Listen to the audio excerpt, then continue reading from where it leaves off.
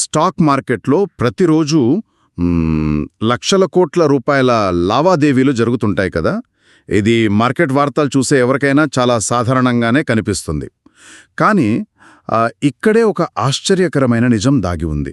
అవును, ఖచ్చితంగా. ఎందుకంటే ఆ లక్షల కోట్లలో నిజమైన కంపెనీ షేర్ల కొనుగోలు అమ్మకాల వాటా చూస్తే అది కేవలం ఒక 5% లోపే ఉంటుంది. ఆహా, అదే మిగతా 95% పైగా వ్యాపారమంతా గాలిలో జరిగేదే. అంటే కంటికి కనిపించని, చేతికి రాని, కేవలం కాగితాలకే పరిమితమైన కాంట్రాక్ట్ల మీద నడిచే అదృశ్య సామ్రాజ్యం ఇది అన్నమాట. ఈరోజు మన ఈ లోతైన విశ్లేషణలో ఫ్యూచర్స్ అండ్ ఆప్షన్స్ అంటే F&O గురించి మాట్లాడుకోబోతున్నాం కదా. అవునండి, ఈ 95% వాల్యూమ్ అనేది నిజంగానే మార్కెట్ స్వరూపాన్ని మన కళ్లకు కడుతుంది. ఈ ఫ్యూచర్స్ అండ్ ఆప్షన్స్ని సాంకేతికంగా డెరివేటివ్స్ అంటారు. డెరివేటివ్ అంటే దానికి స్వంతంగా ఎలాంటి విలువ ఉండదు. ఓహో, అంటే వేరొక ఆస్తి మీద ఆధారపడి ఉంటుంది అంటారా? ఖచ్చితంగా. పాల నుంచి పెరుగు ఎలాగైతే ఉద్భవిస్తుందో ఇక్కడ ఒక కంపెనీ షేరు నుండి ఈ F&O కాంట్రాక్ట్లు వస్తాయి. అయితే ఇక్కడ కీలకమైన ప్రశ్న ఏమిటంటే అసలు నిజమైన షేర్లను పక్కన పెట్టి ఈ కాంట్రాక్ట్లతో వ్యాపారం చేయాల్సిన అవసరం మార్కెట్కు ఎందుకు వచ్చింది అనేది మనం చూడాలి. అవును, అసలు రోగానికి మూలం తెలిస్తేనే ఈ డెరివేటివ్స్ అనే మందు ఎందుకు కనిపెట్టారో మనకు అర్థమవుతుంది. మామూలుగా మార్కెట్లోకి ఎవరైనా సరే లాభాలు ఆశించి వస్తారు కదా. ఉదాహరణకు రిలయన్స్ లాంటి షేర్లలో పెట్టుబడి పెట్టాలి అనుకుందాం. ఓ సరే, ఆ షేరు ధర సుమారుగా 2800 దగ్గర ఉందనుకుందాం. ఒక 250 షేర్లు కొనాలంటే లెక్కల ప్రకారం దాదాపు 7 లక్షల రూపాయల మూలధనం అవసరం అవుతుంది. 7 లక్షలు, అవును.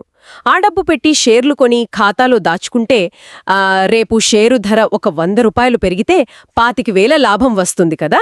ఇదంతా వినడానికి చాలా సానుకూలంగానే ఉంటుంది. పెట్టుబడి పెట్టే సమయానికి అంతా బాగానే ఉంటుంది, కానీ మార్కెట్ అనేది ఎప్పుడూ ఒకే లైన్లో వెళ్లదు కదా. 7 లక్షలు అంటే చాలా పెద్ద మొత్తం.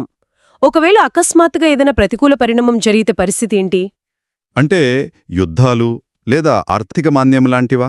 అదే 2 దేశాల మధ్య అనుకోని యుద్ధం రావొచ్చు, లేదా ఏదైనా ప్రపంచస్థాయి బ్యాంకు కుప్పకూలొచ్చు. ఆ క్షణంలో కంపెనీతో సంబంధం లేకుండా మార్కెట్ పానిక్ మోడ్లోకి వెళ్ళిపోతుంది. గ్లోబల్ మార్కెట్ల ప్రభావంతో ఆ షేరు ధర ఒక్కసారిగా 2,000కు పడిపోవచ్చు. వామ్మో, చిన్న షేర్లలో అయితే ఒక్కో రోజులోనే 10% పడిపోయే ప్రమాదం కూడా ఉంది కదా. అవును, చాలా దారుణంగా పడిపోతాయి.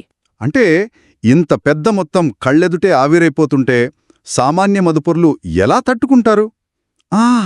చేతులు కట్టుకుని చూడటం తప్ప దాన్ని ఆపడానికి వేరే మార్గమే లేదా?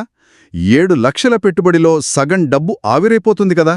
ఇక్కడే సరిగ్గా ఈ ఆందోళన నుండే హెడ్జింగ్ అనే కాన్సెప్ట్ పుట్టుకొచ్చింది.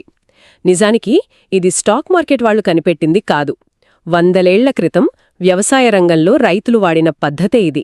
ఓహో, అవునా? రైతులు వాడారా? అవునండి. గోధుమ రైతు పంట చేతికి వచ్చే సమయానికి ధర పడిపోతుందేమో అన్న భయంతో ముందే ఒక వ్యాపారితో ప్రస్తుత ధరకు కాంట్రాక్ట్ కుదుర్చుకునేవాడు. రేపు ధర పడిపోయినా సరే రైతుకు నష్టం ఉండేది కాదు. ఈ కాన్సెప్ట్నే స్టాక్ మార్కెట్లో ఆప్షన్స్గా మార్చారు. అంటే ఒక పెద్ద పోర్ట్ఫోలియో ఉన్నప్పుడు దానికొక రక్షణ కంచె వేయడం అన్నమాట. 7 లక్షల పెట్టుబడికి మార్కెట్ పతనాల నుండి బీమా కల్పించడం. ఈ ఆప్షన్స్ ఎలా పనిచేస్తాయో కొంచెం విడమర్చి చెప్తారా? తప్పకుండా. ఇందులో ప్రధానంగా కాల్ ఆప్షన్ అలాగే పుట్ ఆప్షన్ అని 2 రకాలు ఉంటాయి.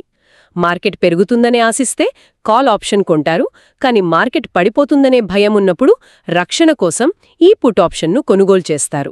సరే, ఇది మన రిలయన్స్ ఉదాహరణతోనే చూద్దాం. ఈ పుట్ ఆప్షన్ ఎలా రక్షిస్తుందో. ఆహా, 2800 దగ్గర షేరుకున్న వ్యక్తికి రాబోయే 1 నెలలో మార్కెట్ క్రాష్ అవుతుందన్న భయం ఉందనుకోండి. అప్పుడు అతను డెరివేటివ్స్ మార్కెట్లోకి వెళ్లి నెలాఖరు గడువుతో ఉండే ఒక పుట్ ఆప్షన్ కాంట్రాక్ట్ తీసుకుంటాడు. దీనికి అతను 7 లక్షలు కట్టక్కర్లేదు. మరి ఎంత కట్టాలి? కేవలం ఒక ప్రీమియం చెల్లిస్తాడు. ఆ ఆప్షన్ ప్రీమియం ఒక 10 రూపాయలు ఉందనుకుందాం. లాట్ సైజ్ 250 కాబట్టి అతను కట్టేది కేవలం 2,500 మాత్రమే. అరే, అంటే ఇది ఖచ్చితంగా మన కారుకు ఇన్సూరెన్స్ తీసుకోవడం లాంటిదే కదా. ఒక ఖరీదైన కారుకు ప్రమాదం జరిగితే ఆదుకోవడానికి కొద్ది మొత్తం పెట్టి బీమా తీసుకున్నట్టుగా 7 లక్షల పెట్టుబడిని రక్షించుకోవడానికి కేవలం 2,500 ప్రీమియం చెల్లించాం. ఉదాహరణ చాలా సముచితంగా ఉందండి. ఇన్సూరెన్స్ లాగే ఈ హెడ్జింగ్ అస్సలు ఉద్దేశం మన మూలధనానికి రక్షణ కల్పించడమే. ఒకవేళ నిజంగానే మార్కెట్ క్రాష్ అయ్యి షేరు ధర 100 రూపాయలు పడిపోయిందనుకుందాం. అప్పుడు షేరు మీద 100 రూపాయల నష్టం వస్తుంది. అంటే 25,000 రూపాయల పెట్టుబడి ఆవిరవుతుంది కదా. అవును, షేరులో 25,000 నష్టం కనిపిస్తుంది. కానీ ఇక్కడే హెడ్జింగ్ అద్భుతం బయటపడుతుంది. షేరు ధర పడిపోయే కొద్దీ అతను భీమలాగా కొనిపెట్టుకున్న పుట్ ఆప్షన్ ప్రీమియం విలువ అమాంతం పెరుగుతుంది. వావ్, ఎంత పెరుగుతుంది! ఆ 10 రూపాయల ప్రీమియం దాదాపు 110 రూపాయలకు చేరుకుంటుంది. అంటే ఇటు షేరులో వచ్చిన 25,000 నష్టాన్ని, అటు పుట్ ఆప్షన్ ద్వారా వచ్చిన లాభం పూర్తిగా భర్తీ చేస్తుంది. ఇన్వెస్టర్ 7 లక్షల మూలధనం ఏమాత్రం దెబ్బతినకుండా భద్రంగా ఉంటుంది. ఓహో, ఇది చాలా బావుంది. 7 లక్షల పెట్టుబడి ఉన్నవాడు దాన్ని కాపాడుకోవడానికి 2.5 ఏళ్లు ప్రీమియం కట్టడం ఒక లాజిక్. కానీ ఒక్క నిమిషం, అసలు ఇన్వెస్ట్మెంట్లు లేని వాళ్ళు కూడా ఈ ఆప్షన్స్లో ట్రేడ్ చేస్తున్నారు కదా. అవును, చాలామంది చేస్తున్నారు. అంటే చేతిలో 7 లక్షలు లేని వారి పరిస్థితి ఏమిటి? అసలు కారే లేకుండా కారు ఇన్సూరెన్స్ పాలసీలు కొని అమ్ముతున్నట్టుంది ఈ వ్యవహారం. దీనిని ఇన్సూరెన్స్ అనరు కదా. ఖచ్చితంగా. దీన్నే స్పెక్యులేషన్ అంటారు.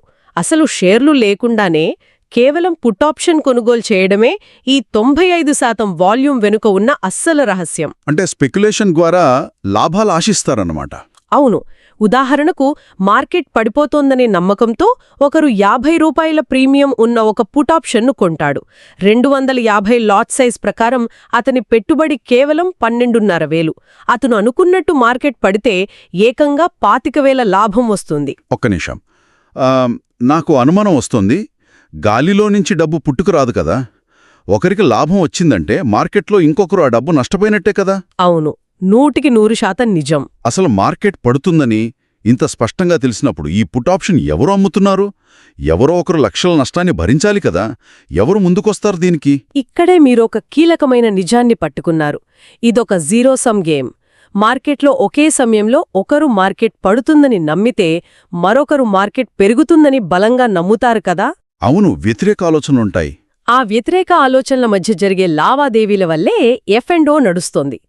ఆప్షన్స్ కొనేవాళ్లకు రిస్క్ తక్కువ, కానీ అమ్మేవాళ్లను ఆప్షన్ రైటర్స్ అంటారు. వీళ్ళు సామాన్యులు కాదు, పెద్ద పెద్ద సంస్థాగత పెట్టుబడిదారులు. అంటే వాళ్ళ దగ్గర చాలా డబ్బుంటుందన్నమాట. ఇన్సూరెన్స్ కంపెనీలాగానా? ఖచ్చితంగా అదే వ్యూహం.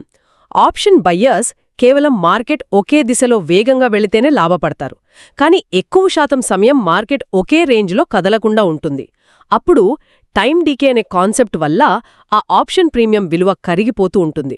ఓహో, అంటే గడువు ముగిసేసరికి మార్కెట్ ఎటు కదలకుంటే బయ్యర్స్ కట్టిన ప్రీమియం అంతా 0 అయిపోతుందా? అవును, 0 అయిపోయి ఆ డబ్బు మొత్తం ఆప్షన్ రైటర్స్ జేబుల్లోకి వెళ్ళిపోతుంది. అందుకే ఇది స్పెక్యులేషన్కి చాలా ప్రమాదకరమైన సాధనం. ఇది నిజంగా కళ్ళు తెరిపించే విషయం. ఆప్షన్స్ ద్వారా హెడ్జింగ్ మరియు స్పెక్యులేషన్ గురించి బాగా తెలుసుకున్నాం. ఇప్పుడు మార్కెట్ పెరుగుతుందని ఖచ్చితంగా తెలిసినప్పుడు తక్కువ పెట్టుబడితో ఎక్కువ లాభం ఎలా పొందాలి? దీనికోసం ఫ్యూచర్స్ వాడతారంటారు గదా. అవును, ఫ్యూచర్స్ వాడతారు. ఈ ఫ్యూచర్స్ పుట్టుక వెనుక ఉన్న అసలు కారణం లెవరేజ్, అంటే మూలధన సామర్థ్యం పెంచుకోవడం. పెద్ద సంస్థలు తమ డబ్బును మొత్తం ఒకే ట్రేడ్లో బ్లాక్ చేయడం ఇష్టపడవు.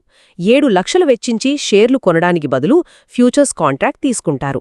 అంటే ముందే ఒక చిన్న అడ్వాన్స్ కట్టడం లాంటిదా? దాన్ని మార్జిన్ అంటారనుకుంటా. 7 లక్షలకు ఎంత మార్జిన్ కట్టాలి? సాధారణంగా 20% అలా అడుగుతారు. ఫ్యూచర్స్ కాంట్రాక్ట్ ద్వారా కేవలం 1,5 లక్షల మార్జిన్ చెల్లించి మీరు ఆ 250 షేర్ల లావాదేవీ చేయవచ్చు. దీనినే లెవరేజ్ అంటారు. అంటే 1,5 లక్షలు పెట్టి 7 లక్షల వ్యాపారం చేస్తున్నాం. లాభం ఎలా వస్తుంది ఇందులో? ధర 200 పెరిగితే 50,000 లాభం మీకే వస్తుంది. 1,5 లక్షల పెట్టుబడిపై ఈ స్థాయిలో లాభం రావడం చాలా అద్భుతమైన విషయం కదా. అంటే మన దగ్గర ఉన్న తక్కువ డబ్బుతో పెద్ద ఆట ఆడుతున్నామన్నమాట. ఇది వినడానికి చాలా ఉత్సాహంగా ఉంది. కానీ ఒక నిమిషం, ఒకవేళ లెక్క తప్పు పడితే నష్టాలు కూడా అంతే తీవ్రంగా ఉంటాయా? అవును, మీరు పసిగట్టిన ప్రమాదం వాస్తవమే. లెవరేజ్ ఎంత వేగంగా లాభాలిస్తుందో అంతకంటే వేగంగా నష్టాలను కూడా చూపిస్తుంది. పైగా ఫ్యూచర్స్ కాంట్రాక్ట్లో గడువు తేదీ నాటికి ఖచ్చితంగా లావాదేవీ ముగించాలి. అంటే నష్టం వస్తున్నా సరే భరించాల్సిందేనా? మార్జిన్ కరిగిపోతే బ్రోకర్ వదిలిపెట్టాడు కదా. ఖచ్చితంగా వదిలిపెట్టడు. అప్పటికి నష్టం వస్తున్నా సరే మార్జిన్ కాల్స్ వస్తాయి, డబ్బులు కట్టాలి. లేదంటే మీ కాంట్రాక్ట్ క్యాన్సిల్ చేసేస్తారు. 1,5 లక్షలు ఆవిరైపోతుంది. ఇది చేదు నిజం. అనేవి మన పెట్టుబడికి ఒక రక్షణ కవచం లాంటివి, హెడ్జింగ్ కోసం. ఫ్యూచర్స్ అనేవి తక్కువ డబ్బుతో మార్కెట్లోకి వెళ్ళడానికి వాడే ఒక లెవరేజ్ టూల్ అంతే కదా? అవును, సరిగ్గా చెప్పారు.